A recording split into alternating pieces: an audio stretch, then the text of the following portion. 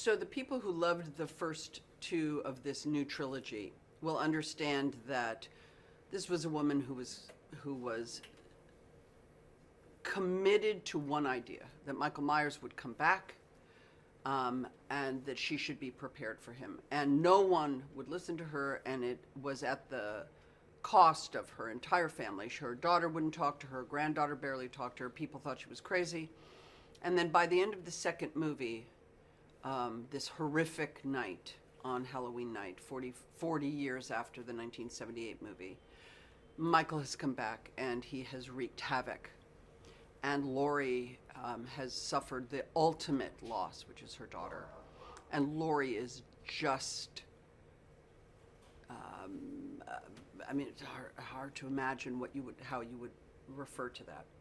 This movie takes place 4 years later. And Laurie Strode has been given a chance at some mental help. She has been given some trauma therapy. She has been given grief counseling. And clearly, there is a moment where when people have suffered such horrific losses, there's really a choice of do I live or do I die? And if I'm going to live, I need to live openly. I must try to have a life. And at the beginning of the movie, we're meeting Laurie Strode 4 years after her daughter has been killed, very quietly trying to have a personal life. She lives with her granddaughter. Then we take her up that Hope Hill for just the beginning of the movie, and then, of course, Michael comes back, and all of that hope gets dashed. The reason I did the 2018 movie was because of the psychological state that they wrote her in. If she had been like, I don't know, working at a restaurant or something, and wasn't thinking, I was so impressed with the fact that they were honoring the trauma that had occurred in her life, that was a real result of what happens if you are attacked when you're 17 years old and you get no help. And I thought that gave her a lot of respect as a character. So yes, of course, it is my job to kind of receive Laurie at the moment she's in, and then try to work out psychologically, connect to the material and figure out what is my job to now convey that to you, the audience. You know, it's that weird thing, it's that weird alchemy that happens.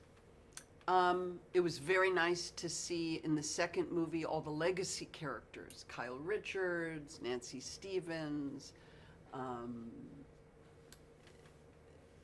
to reconnect that dot, you know. Oh, here we are now 40 years later, 41 years later. But the 2018 movie gave me a family. Laurie Strode never had a family. And David was so great at casting. He is great at casting. Because Judy Greer and Andy Matichik and I look like a family. We took a picture at the end of 2018 where I had bought them, I bought both girls the same striped kind of long t-shirt that I owned. And I gave it to them and we took a picture, and it's three tall women. We're all 5'7", 5'8". We're all thin, we're all angular.